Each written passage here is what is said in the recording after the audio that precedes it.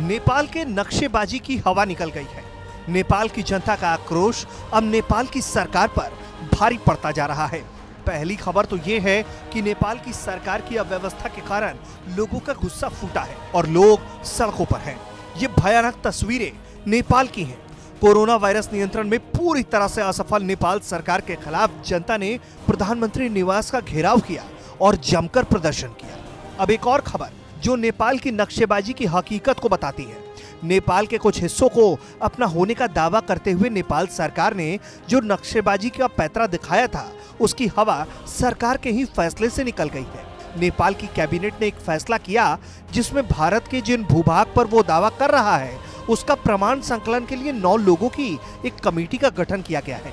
नेपाल सरकार के प्रवक्ता युवराज खतिवड़ा ने कैबिनेट बैठक का फैसला सुनाते हुए पत्रकार सम्मेलन में कहा कि सरकार ने भारत के साथ सीमा विवाद पर ठोस प्रमाण और दस्तावेज जुटाने के लिए 9 सदस्यों वाली एक्सपर्ट टीम का गठन किया है।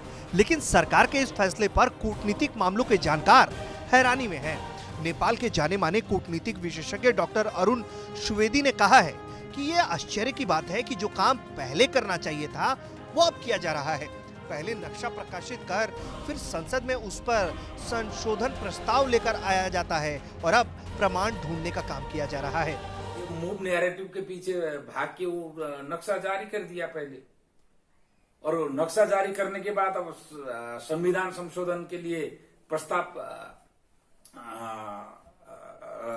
दर्ता हुआ है संसद में, और उसके बाद विज्ञ समूह का गठन हुआ है। इसको व्यतिक्रम ही कह सकते हैं, और क्या कहना। पहले विज्ञ समूह चाहिए था, पहले उसके ऊपर जो भी इन्वेस्टिगेशन और जो भी काम करना, जो भी उसके सबूत इकट्ठा करना होता, उसको इकट्ठा करना चाहिए था। लेकिन पहले नक्शा जारी कर दिया, उसके बाद पार्लियामेंट में संविधान संशोधन के लिए प्रस्ताव लेके आया, और उसके बाद तो एविडेंस इकट्ठा, प्रमाण इकट्ठा करने के लिए विज्ञ समूह का गठन किया जा रहा है। तो इस सरकार की कार्यशैली और ये तौर तरीका से हम जैसे लोग अचंभित जरूर हैं। सरकार के इस फैसले से एक बात तो तय है कि नेपाल अब तक भारत के जिन हिस्सों पर दावा कर रहा था उसका ठोस प्रमाण या दस्तावेज उसके पास नहीं है। यानी कि नेपाल अब तक जो नक्शेबाजी का दावा कर रहा था वो बिना किसी सबूत या प्रमाण के था। नेपाल की ओली सरकार के इस फैसले से उसे कई सवालों के घेरे में डाल दिया है। जब नेपाल के पास जमीन का दस्तावेज ही नहीं तो उसने नक्शा निकालने में इतनी जल्दबाजी क्यों की? बिना प्रमाण और दस्तावेज के नेपाल ने किसके उकसाहट पर ये हरकत की है?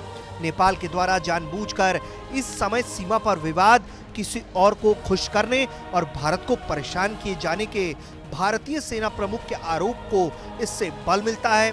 क्या ओली सरकार ने अपनी नाकामी, आंतरिक कला और डगमगाते सत्ता को बचाने के लिए ये कदम उठाया था? सुजीत झा, भारत तक।